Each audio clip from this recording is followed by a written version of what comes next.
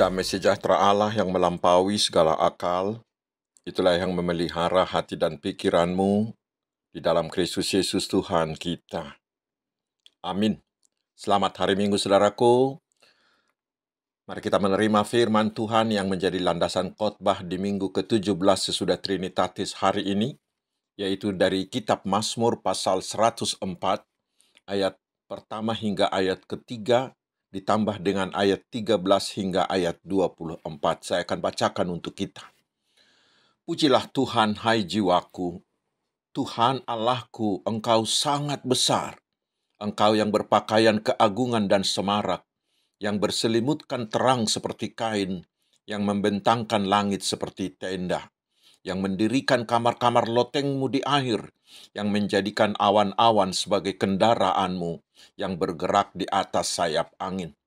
Engkau yang memberi minum gunung-gunung dari kamar-kamar lotengmu, bumi kenyang dari buah pekerjaanmu. Engkau yang menumbuhkan rumput bagi hewan dan tumbuh-tumbuhan untuk diusahakan manusia, yang mengeluarkan makanan dari dalam tanah, dan anggur yang menyukakan hati manusia, yang membuat muka berseri karena minyak, dan makanan yang menyegarkan hati manusia. Kenyang pohon-pohon Tuhan, pohon-pohon aras di Libanon yang ditanamnya, di mana burung-burung bersarang, burung ranggung yang rumahnya di pohon-pohon sanobar. Gunung-gunung tinggi adalah bagi kambing-kambing hutan, bukit-bukit batu adalah tempat perlindungan bagi pelanduk.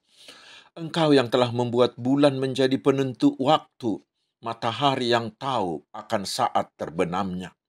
Apabila engkau mendatangkan gelap, maka hari pun malamlah. Ketika itulah bergerak segala binatang hutan.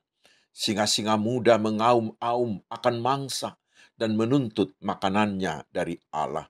Apabila matahari terbit, berkumpullah semuanya dan berbaring di tempat perteduhannya. Manusia pun keluarlah ke pekerjaannya dan ke usahanya sampai petang.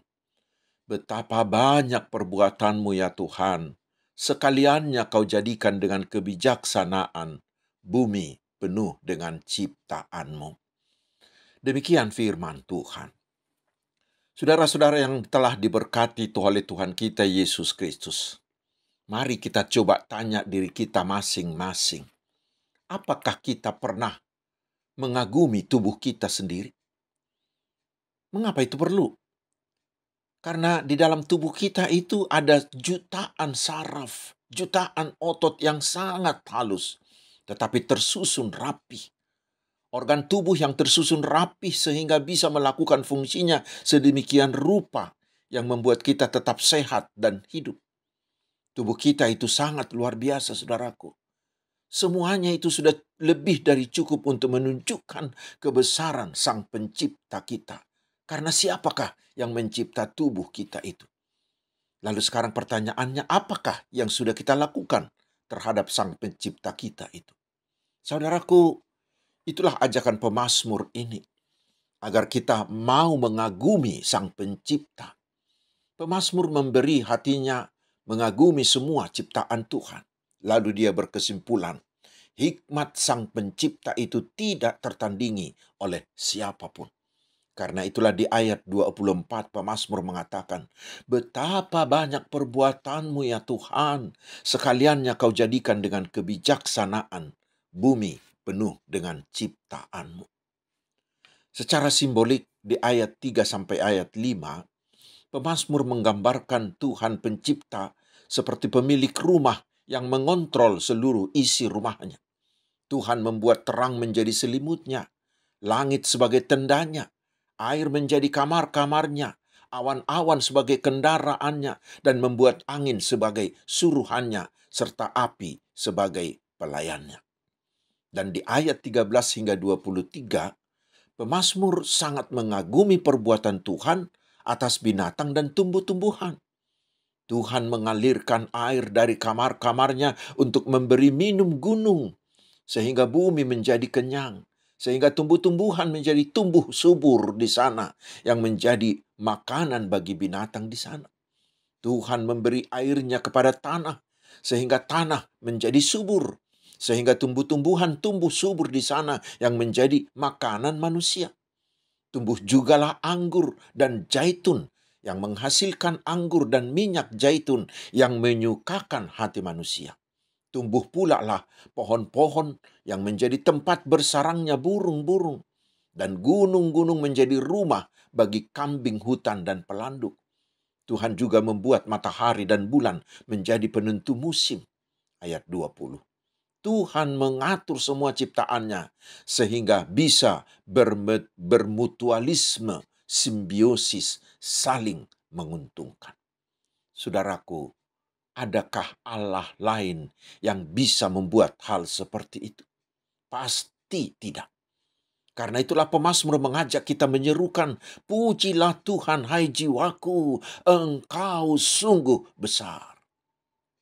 Dan kita diajak agar memuji Tuhan bukan hanya di bibir saja, tetapi harus dengan segenap hati, dengan segenap roh kita. Sama seperti nyanyian HKBP nomor 569, kita harus menyerukan, aku memuji kebesaran-Mu, sungguh besar kau Allahku.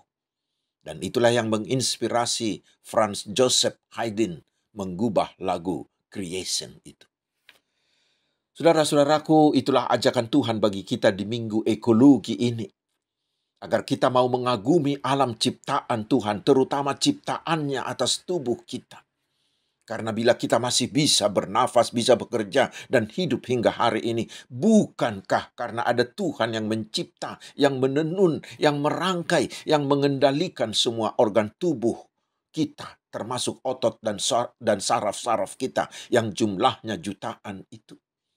Karena itu saudaraku, kagumilah itu. Sehingga kita, seperti pemazmur ini, akan menyanyikan, Tuhan Allahku, engkau sungguh besar, tidak ada Allah seperti engkau. Namun saudaraku, kita harus prihatin, kita harus akui bahwa masih banyak orang yang tidak pernah merasakan dan mengagumi hal itu. Mungkin karena kesibukan mereka, karena rutinitas, sehingga hidupnya dirasakannya menjadi seperti mesin, berjalan seperti semestinya saja. Tidak ada perenungan, sehingga tidak ada kekaguman. Bahkan menurut pengamatan saya, ada yang agak lain dengan manusia sekarang. Mengapa? Mereka pergi untuk berwisata alam. Namun mereka tidak menikmati keindahan alamnya. Mengapa? Karena mereka asik berselfie-ria. Fokus mereka adalah dirinya dengan berselfie. Sehingga mereka tidak menikmati keindahan alam itu. Sehingga tidak ada kekaguman. Mudah-mudahan kita tidak seperti itu. Bila kita berwisata alam, mari nikmatilah ciptaan Tuhan dan kagumilah. Maka lihatlah, pujian bagi Tuhan akan meluap dari hati kita yang terdalam. Karena ternyata saudaraku, bila kita tidak lagi mengagumi perbuatan Tuhan, itu ternyata sangat berbahaya. Mengapa? Saya membaca bukunya saya membaca bukunya Karen Armstrong berjudul History of God, Sejarah Tuhan. Kalau saya bisa membahasakannya dengan sedikit bahasa provokatif begini. Masih adakah orang Kristen di abad yang akan datang? Masih adakah orang yang mau memuji Tuhan? Mengapa? Karena masih adakah orang yang mengagumi perbuatan Tuhan di abad yang akan datang ini? Mengapa?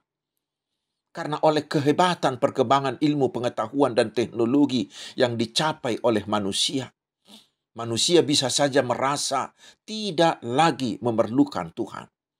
Karena mereka merasa segala sesuatu sudah bisa mereka lakukan. Agama dan spiritualitas akan semakin suram, akan semakin kelam dan dangkal bila tidak ada lagi kekaguman terhadap Allah.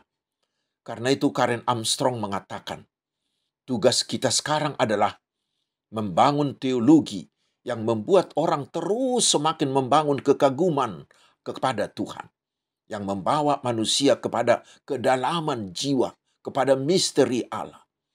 Itulah tugas orang tua. yaitu mendidik anak cucu kita agar sejak usia dini mereka mau mengagumi dan menikmati seluruh ciptaan Tuhan, baik atas alam, terutama atas tubuhnya sendiri. Sehingga mereka menjadi orang-orang yang selalu mengagumi, yang memuji dan mengagungkan Tuhan. Orang-orang yang lupa dan tidak mau lagi mengagumi ciptaan Tuhan akan cenderung merusak alam, mengeksploitasinya, dan bahkan bisa sampai tidak menyukai atau membenci tubuhnya sendiri. Saudara-saudaraku, kekasih-kekasih Tuhan Yesus Kristus. Selanjutnya, dengan firman Tuhan di Minggu Ekologi ini, kita diingatkan bahwa bumi dan tubuh yang kita alami ini seutuhnya adalah milik Tuhan, bukan milik kita. Kita hanyalah diberi kesempatan untuk mendiami dan menikmatinya. Karena itu di Minggu Ekologi ini kita diajak agar dengan sekuat tenaga kita terus berusaha melestarikan bumi ini agar tetap menjadi bumi yang lestari untuk kita wariskan kepada anak cucu kita, sehingga anak cucu kita juga mengaguminya.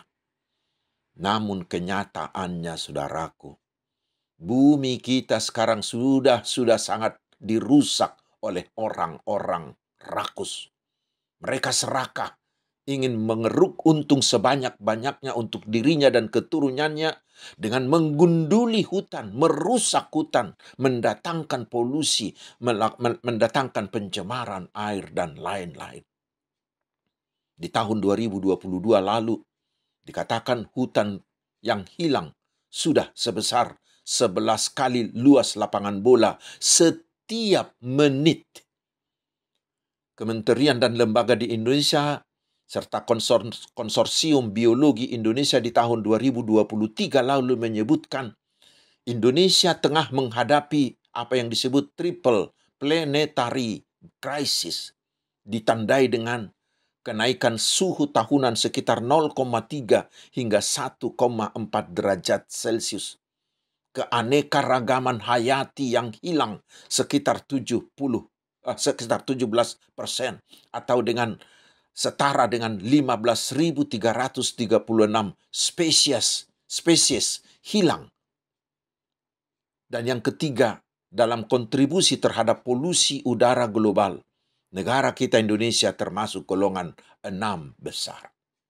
Saudaraku, itulah yang menimbulkan terjadinya bencana alam, banjir, longsor, cuaca ekstrim, dan lain-lain yang menyengsarakan bahkan membunuh banyak orang dan hewan.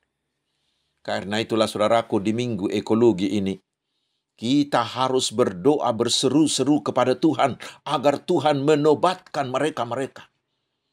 Tetapi kita sebagai orang percaya yang sudah ditebus Kristus dan telah menjadi ciptaan baru oleh iman percaya kita kepada Tuhan Yesus, harus menyerukan kepada mereka, hai orang-orang rakus, berhentilah merusak alam ciptaan Tuhan ini. Itu bukan milikmu, tetapi itu adalah milik Tuhan. Tetapi kita semua anak-anak Tuhan, mari saudaraku, turutlah bertanggung jawab melestarikan alam semesta ini untuk kita wariskan kepada keturunan kita.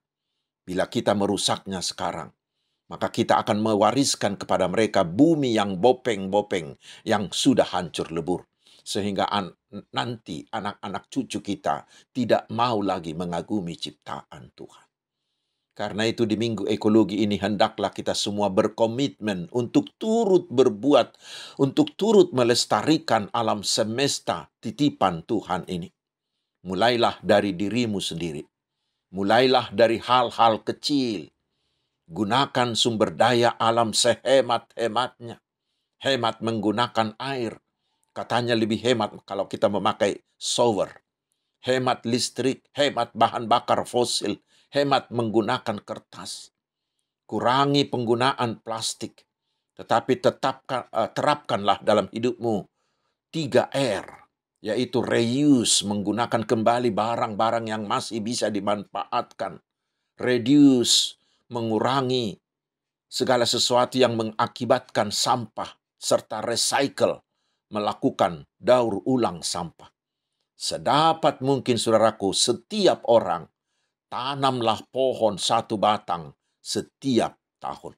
Ingatlah saudaraku, Tuhan Yesus kelak akan meminta pertanggungjawaban dari kita masing-masing di hari penghakiman atas bumi dan tubuh yang dititipkannya pada kita.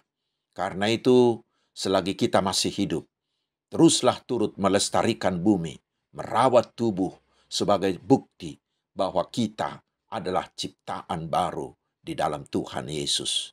Tuhan Yesus memberkati kita. Amin. Marilah kita berdoa. Terima kasih Tuhan, Engkaulah Allah yang maha besar, yang maha agung. Tidak ada Allah seperti Engkau, karena Engkaulah yang mencipta tubuh kami dan bumi yang Kau titipkan untuk kami diami dan untuk kami kelola. Maafkan kami, ampuni kami Tuhan. Bila banyak orang-orang yang serakah, yang merusak tubuhnya dan merusak bumi ini demi keuntungan pribadinya. Tobatkanlah mereka dengan Roh Kudus-Mu. Tetapi biarlah kami semua berkomitmen untuk melestarikan alam semesta ini sebagai bukti bahwa kami adalah ciptaan baru di dalam Tuhan Yesus, Juru Selamat kami. Sehingga anak cucu kami akan mewarisi bumi yang lestari, sehingga mereka akan tetap mengagumi dan mengagungkan nama-Mu, ya Tuhan. Ya Tuhan, berkatilah kami umat-Mu ini dalam semua bidang kehidupan kami. Biarlah iman dan pengharapan kami tetap teguh oleh kuasa Roh Kudus-Mu, sehingga kami tetap bisa menjalani kehidupan ini dengan tenang dan penuh sukacita. Berkatilah gereja-Mu dan juga hamba-hamba-Mu, terutama para misionaris, sehingga melalui pelayanan mereka Injil-Mu semakin meluas. Berkati jugalah para pemimpin-pemimpin kami, juga bangsa dan negara kami. Ya Tuhan, turutlah bekerja agar peralihan kepemimpinan dan pelaksanaan pilkada yang akan datang berjalan dengan lancar di dalam damai sejahtera-Mu. Terima kasih Tuhan. Kami agungkan nama-Mu, pencipta kami, di dalam nama Tuhan Yesus, Juru Selamat kami yang hidup. Amin. Terimalah berkat Tuhan. Tuhan memberkati engkau dan melindungi engkau. Tuhan menyinari engkau dengan wajah-Nya dan memberi engkau kasih karunia. Tuhan menghadapkan wajah-Nya kepadamu dan memberi engkau damai sejahtera. Amin. Selamat hari Minggu, saudaraku. Tuhan Yesus memberkati kita.